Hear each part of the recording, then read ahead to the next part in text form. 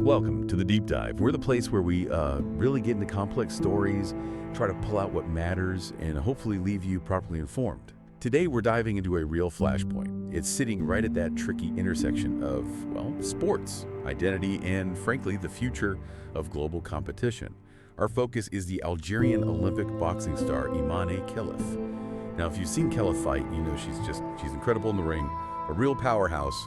We're talking serious skill, those powerful punches, really sharp footwork, and just this fierce determination. An amazing athlete, no question. But this deep dive isn't just about her boxing school. It's about this firestorm that's put her under a massive global spotlight for reasons that are deeply personal and, let's be honest, highly contested. So the whole thing really kicked off with this recent leak, apparently unauthorized, of Khelif's confidential medical info from 2023. Gender test results, specifically. And they allegedly showed she has XY chromosomes, which, is a biological marker usually associated with males. And this wasn't just news. It instantly challenged the whole basis of women's Olympic boxing, and maybe even wider sports categories too. So our mission today is to unpack this. It's incredibly complex, as you can imagine.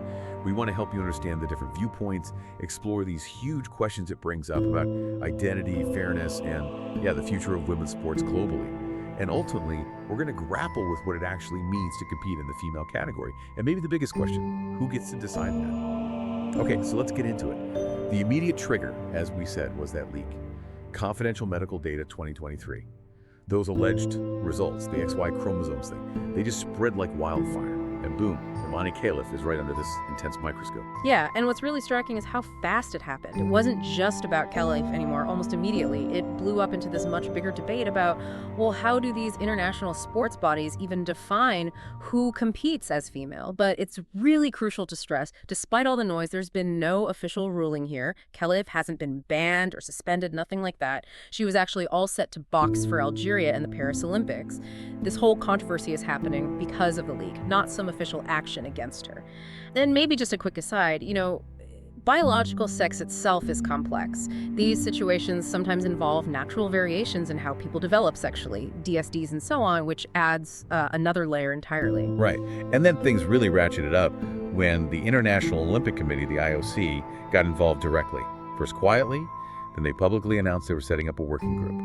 And its mission, this is the phrase everyone seized on, was to protect the female category in sports. Just that one sentence, it just exploded everywhere. Raised way more questions than answers, didn't it? About what that even means, what the implications are. Exactly. And the reactions, well, they were immediate and completely polarized. You saw that straight away. Yeah, absolutely. So on one side, you've got Khelif's supporters.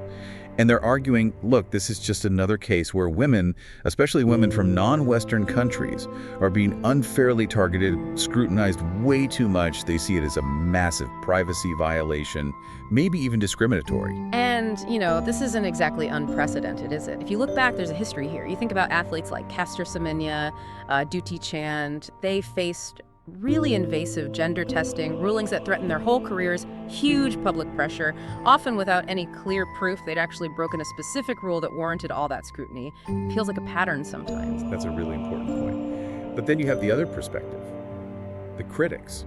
And they strongly argue that sports just need clear categories. For fair competition, that's their bottom line. Their view is if an athlete has physical advantages, stemming from male biology, maybe testosterone levels, bone density, muscle mass differences, that could potentially skew the competition. Especially in a sport like boxing that's so physical. Right, and this really gets to the heart of a major dilemma. These critics, they aren't necessarily pointing fingers at Khelif for herself, saying she cheated or anything. It's more about the system. The focus is on the challenge of, well, how do you actually create rules that ensure a level playing field for everyone while still recognizing that human biology isn't always straightforward? It's about navigating these biological advantages in a competitive setting, which is incredibly difficult. Thinking about Khelif personally through all this, what strikes you about the kind of pressure she must be facing right now? Her silence or her team being very careful? What does that signal to you? From Khelif's perspective, this has to be just devastating. I mean, can you imagine your most private medical details splashed all over the world, not because you shared them, but because of a leak? It's not just about Paris anymore, is it? It's her whole reputation, her dignity, potentially her entire career on the line. Her silence, yeah, it probably reflects strategy. Maybe legal advice, maybe just trying to block out the noise, focus on training, hope it blows over. But the personal cost, it must be enormous. And really, this whole situation, it goes way beyond just one athlete or one test result, doesn't it? It's like a case study for how modern sport is wrestling with these fundamental questions. Questions that, frankly, science doesn't always have easy, clear-cut answers for right now. You know, what is male? What is female? Especially in a world where you've got biology, which exists on a spectrum, gender identity, and this intense focus on fairness all colliding. Where do you draw the line? That's the million-dollar question. And maybe even bigger, who gets to draw it? Who has the authority and the scientific backing to make these definitions for sport? Yeah, and the precedent this could set feels huge. If Khelif ends up being barred from competing, you could see that having knock-on effects, couldn't you? Not just in boxing, but maybe across all female categories in the Olympics. But then again, if she competes without any further checks or clarification, does that open the door for more athletes to face suspicion, rumors, public pressure, all based on leaked private info? It's a real catch-22. It really is. And if we circle back to the IOC's stated goal, protecting fairness, you have to ask, like you said, fairness for whom?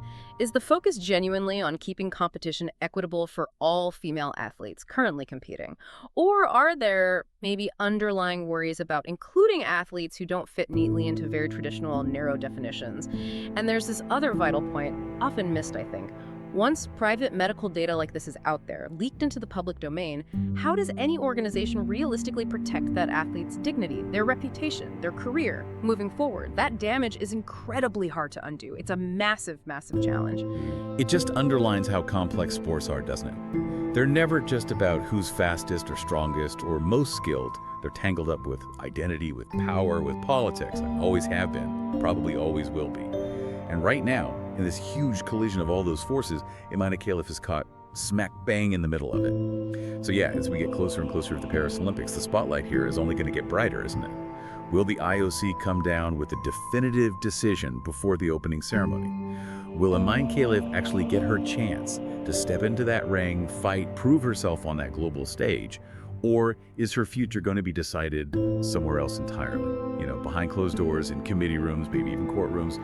As we've kind of laid out, this story is definitely not over yet. No, absolutely not. And the outcome, whatever it is, could genuinely change the rulebook for athletes for generations to come. It really could. So, as this all continues to unfold, maybe the thing to keep thinking about is this. What responsibility do these global sports bodies actually have?